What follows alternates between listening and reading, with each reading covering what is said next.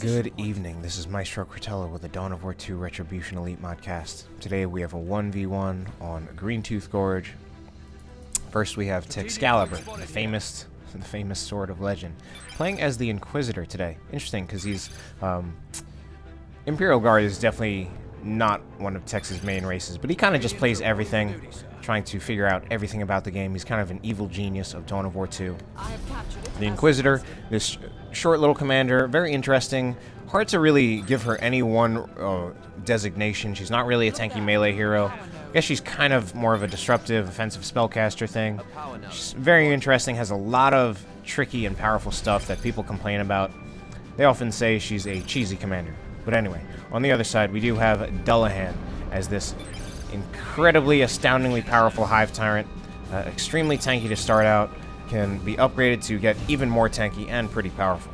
Sir, power node is ready. Anyway, so Tex, that Inquisitor, some of the things that someone recently asked me, just like, what is it about the Inquisitor that makes people complain about her? There are a lot of interesting things. She has two different melee, she does two different snares. Two snares. Both are pretty good, and they can be combined with things like Manticore Strikes. She has another war gear that allows her to infiltrate units, which is very powerful when combined with Ogryns. What else does she have? Oh, she has that Hammer of the Witch's ability, which is free. She gets it to start out, and she can use that to hard counter setup teams from the start of the game. And she can also use it to snipe models, including commanders. Anyway, these opening builds. Tex has double guardsmen. I can't seem to target them. One is right here, this guardsman squad right here, double guardsmen. The other one must be inside a garrison.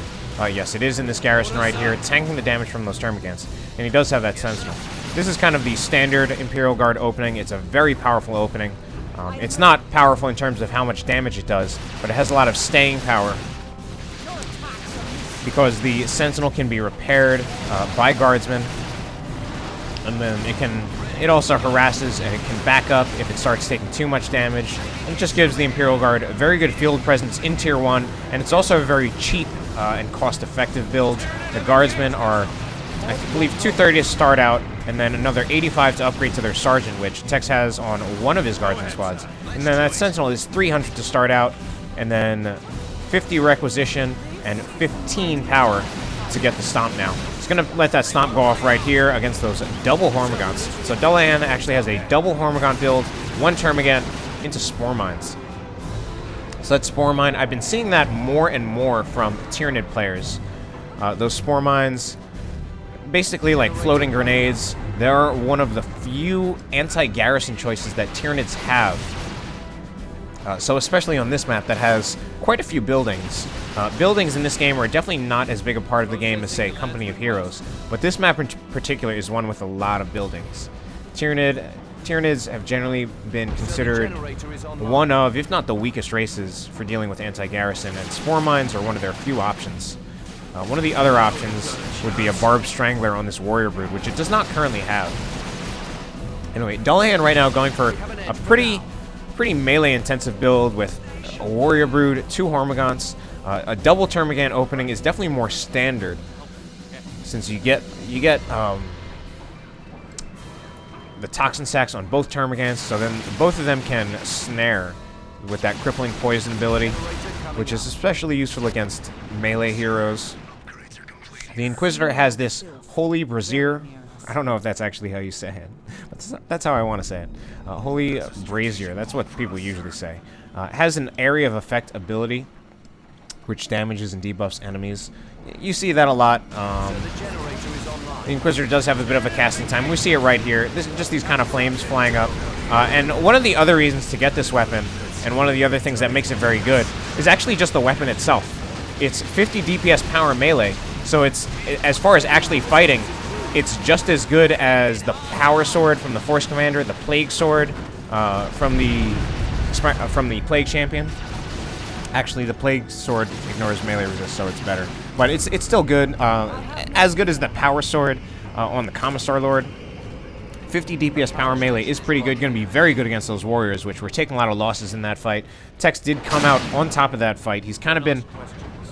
It seemed to me like he was more on the back foot of things, although the victory points are actually pretty even, and both teams also have even power farms and even map control. And it's kind of just trading at this point. Tex did get Catachan Devils. I think that's a very good choice considering what he's facing right now against a melee-intensive build. The Catachan Devils are definitely going to be a very good melee counter overall. First, just because they have a shotgun blast ability, just like Scouts. And then they do pretty good range damage. And then even if a unit gets into melee with the Catachans, it does not want to be in melee with the Catachans, since they do a ton of damage in melee. They actually do about as much damage as Banshees, but they just don't really have a melee charge. The Hive Tyrant upgraded to Psychic Scream. Right now, debuffing those Catachan Devils, and the Catachan Devils actually get out of there. Well, they don't retreat, but they just kind of back up a bit. Guardsmen get into the building. One of the disadvantages of going with this melee-intensive build on this map is that there are actually a lot of garrisons. Garrisons give you full damage immunity from melee units. A Brood Nest goes down not too far out of base. Basically, a reinforcement point also gives a heal aura in the Elite Mod. And we see this Inquisitor now has the Rosarius, grants the conversion field ability that allows the Inquisitor to absorb damage, basically another energy shield. So right now, Tex is actually trying to do like a tanky melee build with the Inquisitor, who's probably not generally thought of as a tanky melee hero, but is kind of taking on the entire Tyranid army by herself. We'll probably get out of there. Wow, that was actually a lot of damage from the Inquisitor. Just actually tanking a lot of damage there, also doing a lot of damage, especially, I think she got a Synapse Bomb on the Warriors by getting a kill. That Holy Brazier is going to be very good at killing Warrior models, which is going to be good for disrupting the entire Tyranid blob. And then she also threw down that Holy Pyre ability, doing that area of effect damage and debuff. And that was a pretty significant engagement win for Tex. Tex now leading quite significantly on the victory points. And he's been using those garrisons to his advantage as well. Both players getting into Tier 2. Actually, Dullahan already there, Tex getting there. And this is kind of a bad situation where his Catachan Devils got disrupted by the infestation. Tex just kind of standing there, did not see it or did not react soon enough. And that actually put him kind of on the back foot of that engagement with his Catachan Devils. We have an edge for now. Instantly retreats his guardsmen so that he doesn't take too many losses from having Hormagaunts in his... Wow! So an improvised explosive nearly wipes that Hormagaunt brood, takes out 7 out of 8 models. Reporting tech upgrade complete. Unfortunately, he did not see that improvised explosive. Dullahan did not see it because his detector are these warriors, which, by the way, have no upgrade, which is actually extremely strange. You would expect to see one of the upgrades on the Warrior Brood. Warrior Brood, by themselves, unupgraded, is not that great of a unit, to be honest. You mainly use them either for the melee synapse that they have, and even with the melee synapse, they're not that great by themselves. You use them mainly to synergize with other units, Hormagaunts and especially Gene Stealers. So it's very rare that you see people running Warriors unupgraded, right now taking point-blank shots from Guardsmen. This is a fight that the Warriors would win if they decided to stop getting shot at point-blank by Guardsmen, getting hit by flashlights in the face. And they lose a model right there, losing engagement, which should have been a winning engagement. Sentinel goes down while I'm not looking. Oberyn's now coming out for Texcalibur. So I was saying before that one of the Inquisitor's assets is that has an ability that allows her to infiltrate units, and infiltrated Ogrins are definitely one of the assets that the Inquisitor has. That being said, we're not going to see it here. The infiltration ability comes from I believe the Interrogator's armor. The Tex instead has gone for the Excruciator's armor. This armor is actually one of the snares that I had mentioned before. So that is going to be very effective against the Warriors, now getting those adrenal glands, as well as the Hormagaunt brood. And Tex actually now has 5 units. He was had 3, and it seemed like he was Didn't have that many units. His Catachan Devils get forced off. They did get knocked down. Only lost 2 models, luckily, despite losing so much health.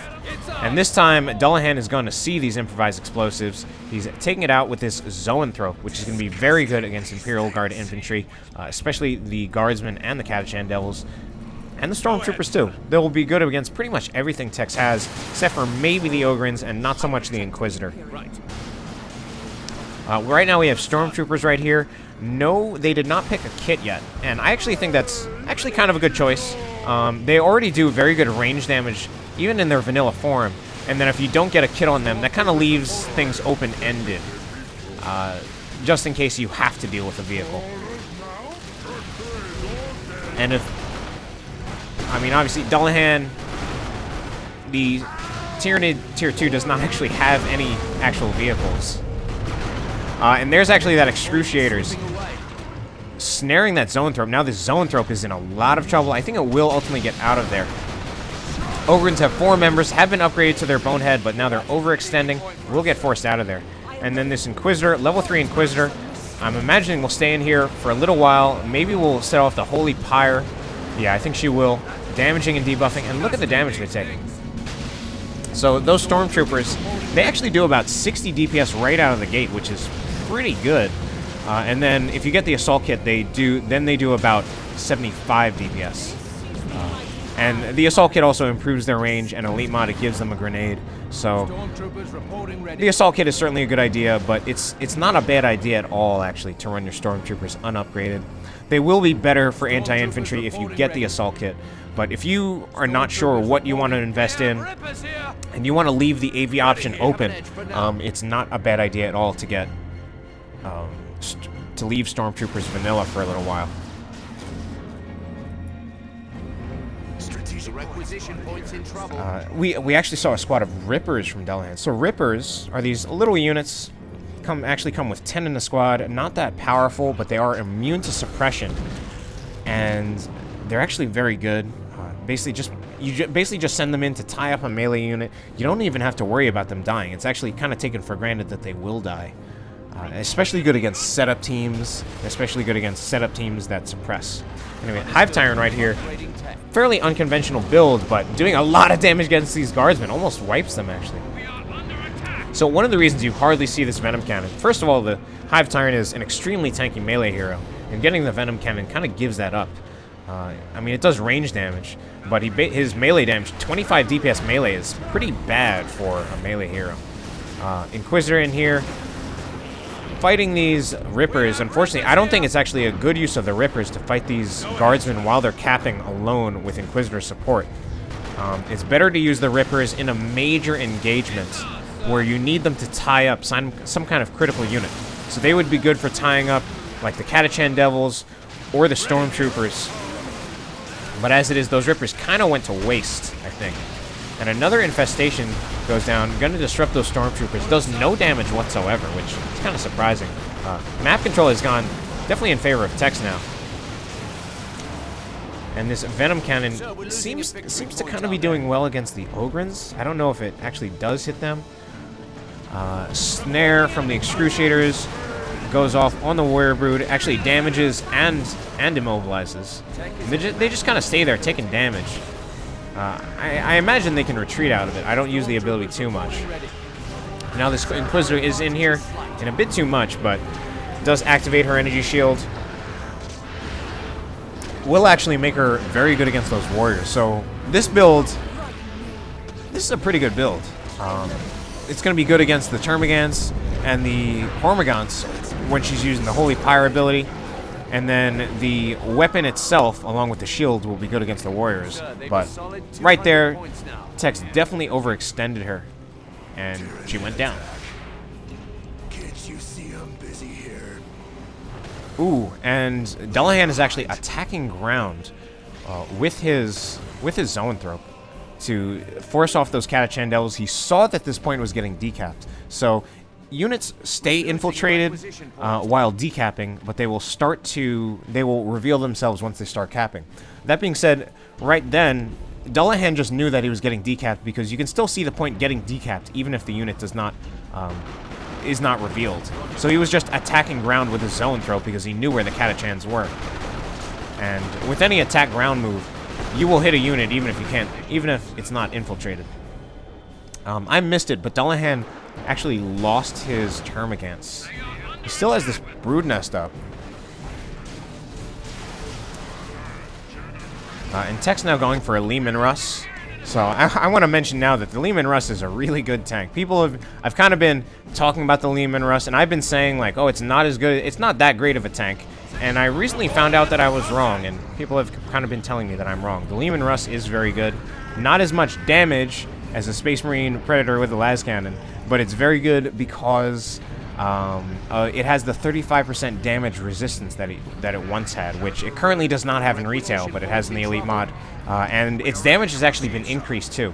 The rate of fire has been improved, which increases overall DPS. Infestation knocks over those Ogrins, but Ogrins will definitely still beat Warriors, period. Adrenal Glands or no. Stormtroopers actually doing some damage to that Zoanthrope. Definitely do some damage to it, but they get forced off without taking any losses, and I think Tex did not want to take any losses there. Tex is actually floating red, and we might see a rocket run from him. The rocket run is a very good global. I actually think in some ways in my opinion, it's actually the best nuke. It's definitely one of the better nukes, at the very least, regardless of my opinion. And these Catachan Devils in a lot of trouble. Now they're going to die if Tex is not paying attention. Needs to retreat them right now. They might even die anyway. Wow, I think if Dullahan had turned around and shot them, at least maybe with his Hive Tyrant, he would have taken out those Catachan Devils. They were down to something like 16 health. And Tex is currently winning on the victory points, winning on the map control.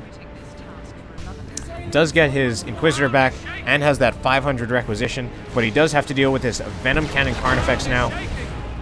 And he is probably going to want to upgrade to the Executioner to deal with that Venom Cannon Carnifex, as well as maybe getting some other kind of unit out. But right now, Tex is low on resources, low on requisition.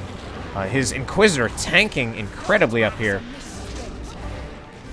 But I think she's at the point where she may need to get out of there. She's really looking for a model kill on those Warriors. Yes, just right there. She might even be looking for the squad wipe on those Warriors. But I think she has to be worried about losing his Inquisitor to the Hormagaunts. That's his main worry, actually. And I think he needs to retreat now. He's really trying to get as many kills as he can. And, I mean, the Inquisitor is being incredibly... She might even wipe this Hormagaun squad. Comes really close to it. Dullahan, I think, maybe either... just overextending, not paying attention right there. Strategic point spotted and here. Dullahan, in fact, is fairly little range support. He's ironically creating a mainly melee army and supporting it with range support from his Hive Tyrant, which is definitely unusual. This Lehman Russ is still with the default cannon. I think has to worry a little bit about that Carnifex. Oh, it needs to move back. And we need that repair support for the Lehman Russ, too. That's one of the advantages that the Lehman Russ is going to have over the Carnifex on the field. But right now, this fight is kind of already favoring the Carnifex. Map control has gone back in favor of Dullahan. At least the victory points have. Tex is getting this upper row of resources, but Dullahan's going to get this bottom row of resources. And Tex, I think, Tex does need resources. Unfortunately, with his large army size, he had a fairly low requisition income. It's kind of increased now.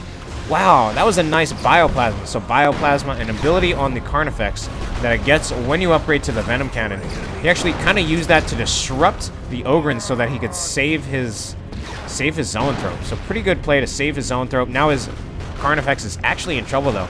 And I think we do, yes, that is a Vanquisher Cannon on that Lehman Russ. But that Carnifex will get out of there. Catachan Devils right here. They need to join this engagement with a shotgun blast on all these melee units. Fortunately, still doing nothing. Tex, sadly, not microing. I mean, they could have actually been... They could have really helped that engagement go in favor of Tex if he had been paying a little bit more attention there. I mean, if he had just used the shotgun blast and then just had all that support fire from the Guardsmen and the Lehman Russ, I think that engagement actually kind of would have gone in his favor. Would have probably forced off. Wow, probably would have forced off the Hormagaunts, maybe even the Warrior Brood. And as it is, he He nearly lost a guardsman squad right there. Now has plasma guns on his guardsmen. Sir, the advantage is ours. I think he might have actually been better off getting maybe a las cannon heavy weapon team to help deal with that Carnifex. And this game is kind of starting to go into Dullahan's favor. He's gonna have a 3 cap at this point. Texas starting to have a little bit of trouble. Kind of seeing some micro errors from him. And the resources are also going significantly in favor of him. And this, we see a lot of green hexagons around these Hormagaunts as well. They have a ton of health now that there's the melee synapse. They've also been upgraded to Endless Swarm. One of them has. This one, for some reason, only has 9 units. Or 9 models. More disruption. And this Lehman Russ now in a little bit of trouble. Can't seem to drive that well. Needs to chase after the... looks like Dullahan... Oh, Dullahan lost his Zoanthrope. I don't know how it died. And he's going to lose his Carnifex now. I think one more shot from the... Wow! So one more shot should have finished off that Carnifex, but the Lehman Russ actually missed. Oh man, that's terrible. That could really keep Dullahan in the game. I mean, if he had gotten that Carnifex with that last shot, I think that could have kind of sealed the deal for Tex. Tex, as it is, still sitting on a lot of resources. And he's even saying, like, how did he miss? And that was such a crucial time where, I mean, now, because that Lehman Russ missed, this Carnifex is in base, and it will heal back to full. And it will be just as threatening as it was before, if not more so. Now with a Lictor for support. A stealth unit, elite unit, has more health than in retail. Very high damage. And then it also infiltrates. And we're seeing a lot of Rippers, but I feel like the Rippers haven't been used that well. And... oh, there's that Lictor jumping in. But I think the Inquisitor will actually do pretty well against the Lictor. Yeah, uses Hammer of the Witches. I feel like we haven't even seen that ability used. But I think he actually... oh, he gets very close to wiping the Hive Tyrant, but I think he really needs to focus on this Lictor. Oh, Lictor uses Flesh Hook, knocks the Inquisitor on her feet, and kind of leaves her with not much health. Bioplasma from the Carnifex actually disrupts his own Lictor, and this is going to be a dead Inquisitor, unfortunately. Is it? Very close. Unfortunately, Flesh Hook is on cooldown, so that Inquisitor will actually get out of there just fine. And, oh, and there's that rocket run, and it totally misses. And that was a hasty rocket run from Tex, completely blows it. He hit like 3 Hormagaunts with that, which is terrible for such a good global. So, and people might debate this. The rocket run seems to be pretty bad as a V, but it seems to be, from what I've seen, it seems to be the best anti-infantry nuke. Very good against infantry. It's also one of the hardest to dodge. Right there, Dullahan actually did dodge it, so the replay is kind of proving me wrong, but it does telegraph itself, but then it has probably the shortest, like basically the shortest, not the shortest cooldown time, the opposite of a cooldown. Basically, it just happens the fastest. It gives you the least warning time, and it's also one of the least effective in terms of retreating out of it. Basically, it just comes really fast, and usually it'll cause knockback on retreat. So it's very good. Unfortunately, that was kind of a terrible use of it. And it's also very powerful. Not very good against vehicles, though.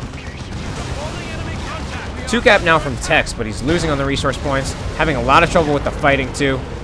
Inquisitor coming in from behind. I think she's going to go for... yeah, I was going to say she's going to go for the Hive Tyrant, but the Hive Tyrant does run out of there. Now the Lictor's here. Inquisitor, I think, overextended at this point and should retreat out of there before she dies. Yeah, and she does get out of there. She will get out of there. Wow. Disruption from the Catachan Devils disrupts this whole blob. And it's actually, this is really kind of coming back to bite Tex in the ass. And I kind of said, like, oh, she should get a las cannon heavy weapon team, but part of the problem is that right now he's pop capped, so he can't get any new units. He's having trouble with that Carnifex. could use more units to deal with that Carnifex. He's mainly relying on the Leman Russ and his Ogrins, but they're kind of getting countered by other units. He also does have the Veteran Sergeant or whatever on his Catachan Devils, will do melted damage, but they're kind of taking too much damage. Wow, they're taking a... No way! That Venom Cannon Carnifex is destroying them. The squad nearly gets wiped. Alright, wow, Lictor goes down from Dullahan, so that Lictor is gone. I think the Carnifex might now have some trouble getting chased down by Ogrins. I think that will actually be the end of this Carnifex, unless a Bioplasma... No, there is no Bioplasma on the Hive Tyrant. And a complete miss on the Bioplasma from Dullahan's Carnifex. And there is the end of that Carnifex. Does a sync kill to one of those Ogrins, but ultimately goes down. So, this could be the break that Tex needs. One of the good things, although Tex is pop-capped... I mean, I guess one of the good things about being pop-capped is that you're not going to spend any resources aside from reinforcements. So by the time you do lose a unit and need to get reinforced again, you'll probably have enough to buy a new unit to replace whatever you just lost. And you could actually possibly get something to better suit your needs. Tex could even re-outfit his Inquisitor now, since he's pop-capped with all these resources. He could re-outfit his Inquisitor to fit just kind of whatever his needs are. I think he really likes this build, though, that he's rocking. A level 6 Inquisitor compared to a level 2 Hive Tyrant. So, right here, I think he should actually activate Holy Pyre. It looks like he is going to do that. Yeah, that was a smart decision. Instead of just trying to tank all that damage, although he's deciding to tank all that damage anyway, we have a new Lictor from Dullahan jumping on all these guardsmen. The Lictor's going to start taking focus fire from these Assault Kit Stormtroopers. One Stormtrooper does go down, though, getting flesh hooked, and more disruption. Actually, the Infestation misses entirely. And now this Inquisitor, wow. That build is actually forcing off all those Hormigons by herself. What a powerful build. And now it looks like the victory points are going to count down in favor of Texcalibur, the famous Sword of Legend. Not an Imperial Guard player, but certainly doing very well with Imperial Guard here. And Dullahan got some late-game Gene Stealers. Certainly would do well against those Ogrins, but kind of too little, too late, and this is definitely a win for Texcalibur. Good game. Hope you enjoyed the cast. Have a good night.